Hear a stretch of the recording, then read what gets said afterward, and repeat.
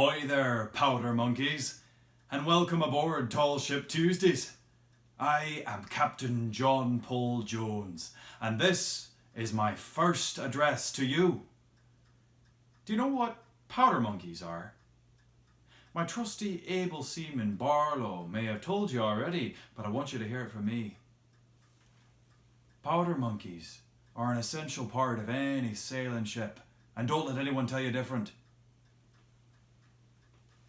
Teenage boys, sometimes boys aged 11 to 12, run gunpowder from the hold of the ship up to the guns so the sailors can load and fire the guns when the ship's in action.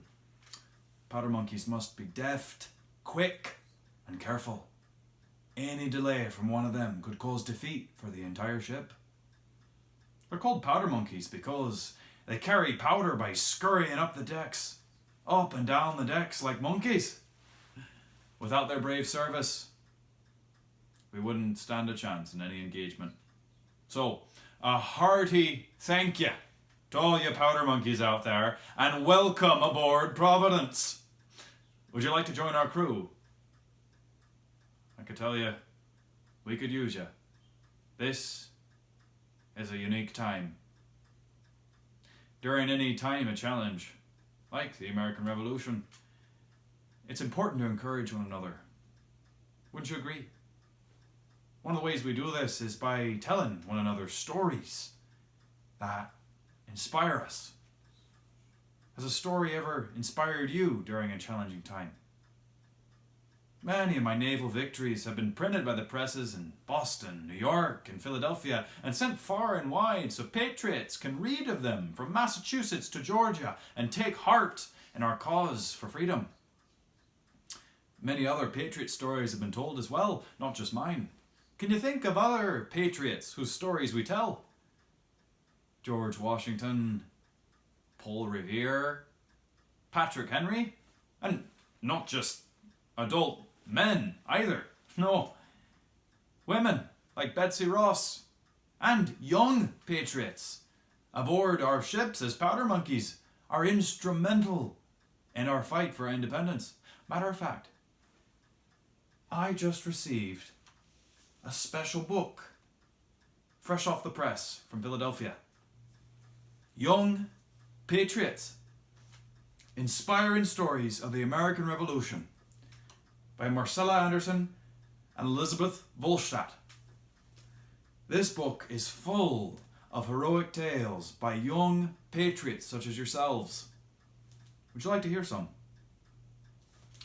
The first tale is of a brave young girl named Polly. Polly and her family played a special role in the Boston Tea Party. Do you know of the Boston Tea Party? Listen close, and you'll know soon enough.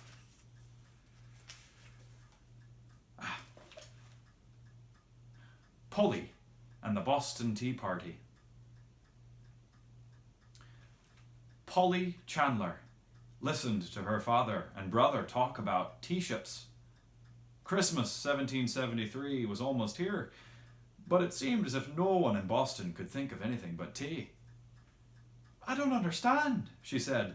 "Why can't we just pay the tax? It's really not that much." "True enough," answered her brother Thomas, "but it's not the amount that matters." His brown eyes opened wider as he leaned forward to explain. Thomas was 15, 2 years older than Polly, and he liked to think of himself as a man. "You see, Polly, if we voted on a tea tax, no one would mind paying. But the king is trying to tax us without our consent." "Well, we're going to teach those redcoats a lesson. After tonight—" "That's enough, Thomas," Mr. Chandler interrupted. "There's no need to start worrying your mother." But Polly could see that it was too late. Her mother had already turned from the fire where she was ladling soup into a big serving dish. "What about tonight? What's about to happen?" Miss Chandler asked. With an angry look at Thomas, Mr. Chandler started to explain. "The governor insists that the tea be unloaded and the tax be paid. If Samuel Adams can't persuade him to change his mind, we'll have to do something. That tea must not land on American soil." Suddenly there was a loud knock at the door. Before anyone could get up, it was flung open and quickly shut again. A tall man whom Polly had never seen before anxiously looked around.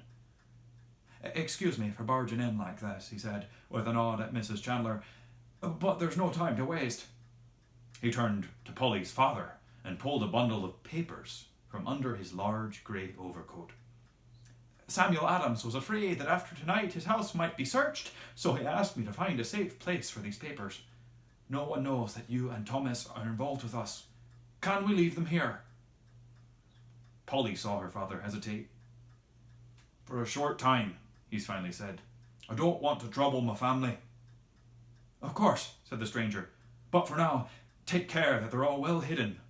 If these papers are found, the lives of many Patriots will be in danger." He turned to leave, then paused. "Will we see you and Thomas at the meeting this afternoon?" Mr. Chandler nodded, and the strange visitor opened the door. He quickly looked up and down the street before stepping out. Polly ran to her father, almost dancing with excitement. "Can I come with you? Please! I know that something is going to happen, and I want to be there too." "No," said Mr. Chandler. "A public meeting of this nature is no place for young ladies." His voice softened, and he put his arm around her. "Besides, don't you have that new dress to finish for Christmas?" Polly glared at her sewing basket. "Who cares about an old dress? I want to go with you and Thomas." But her father was firm. He and Thomas left without her. "It's just not fair! It's just not fair!" exclaimed Polly, kicking her sewing basket. "Maybe it's not," her mother said kindly, "but let's do what we can to help here." She picked up the bundle of papers and looked around the room. "Now, where can we put—" But before she could finish, there was a heavy pounding on the door.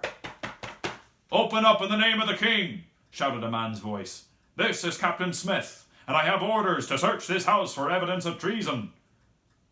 Miss Chandler clutched the papers to herself and froze. Polly looked at her mother and knew that something had been done. But what? Then she noticed her sewing basket. Maybe it could be useful after all. She ran to her mother and grabbed the bundle.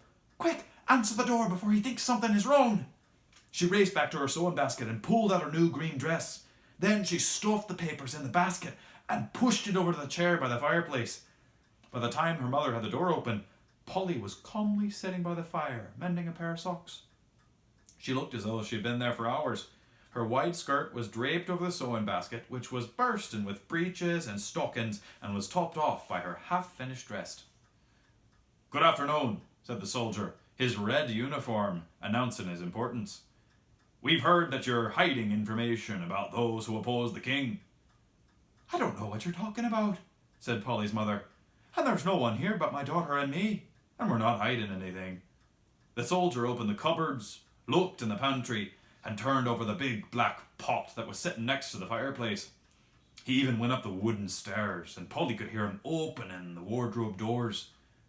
"Are you quite finished?" asked Miss Chandler when the soldier returned empty-handed. "Now, will you go and leave us in peace?" The captain looked around the room again. Then he looked hard at Polly. "Get up a minute, young lady. What might you be hiding with your long skirt?" Polly's heart started to pound, but she stood up and even managed to smile. "Only my sewing basket," she said. "It's full of mending. See?" She reached in and pulled out a pair of Thomas's breeches with a hole in the knee. "And here's a new dress for me. Would you like to see it?" She started to pick up the dress, but the officer had already turned away. "I'm sorry to have bothered you," he said to Mrs. Chandler. "Perhaps we were given the wrong information. This time." He bowed stiffly and left. When she could no longer hear his footsteps on the cobblestones, Polly ran over to the door and bolted it. Then she hugged her mother, who hadn't moved. "We did it!" she exclaimed. "We fooled the redcoat!" A few hours later, she was hugging her father just as hard. After hearing the afternoon's adventure, he said, "What a cool head you have, Polly. A lot of men will be very grateful to you and your sewing basket. I cannot bring you to the meeting this evening, but if events go as we fear, I will be back for you. You deserve to see what happens to the tea. Polly's thoughts raced as she waited. What was happening at the meeting? Would her father come for her? Finally, the door burst open. Come quickly, Polly, her father said. The governor has refused our plea to return the tea to England. We are taking action.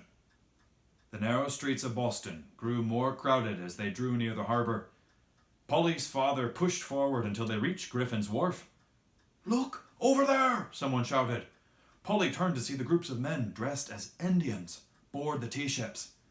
There's Thomas, she said, recognizing her brother despite the Indian paint on his face. Shh, cautioned her father. No one must ever know who the Indians are. Remembering the British officer who searched their house, Polly nodded and stood quietly with the crowd as Indians dumped tea into the harbour. They worked quickly, and in a few hours the task was over. But as she walked home between her father and brother, Polly somehow knew that this was just the beginning. And thanks to her sewing basket, she would be part of whatever followed.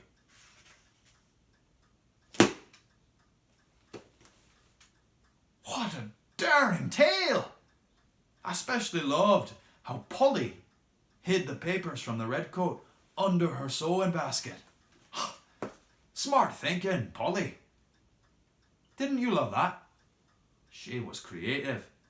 She used the materials around her to protect her family. I wonder, what around you in your house could you be creative with? In my study here, there are certainly a lot of books. I could read them and learn a thing or two, I'm sure. More than a thing or two. I wonder, is there something that you'd like to learn more about? Maybe the American Revolution, perhaps? I wonder if there's a book in your house you could find and read to learn more. If you can't find a book, I'm sure your parents will help you out. There's always something to be learned in this marvelous world of ours. If you're interested in writing, you might watch the video I posted on the captain's page with your parents. I talk there about starting a ship's log, a personal log for yourselves. Maybe we could write to one another and encourage each other during this time with our stories. I'd most certainly love to hear what your stories are. This is a unique time in history. It's never happened before. Matter of fact, shipmates, I think I might need to go and journal myself. This story about Polly has got me thinking about how small actions can have a big impact, especially in times of challenge. Well, powder monkeys, I must leave you for now. I hope you enjoy the content for this week, and if you have any thoughts about young Polly, I encourage you to write them down. We'll share them next week. Join me next week for another adventure.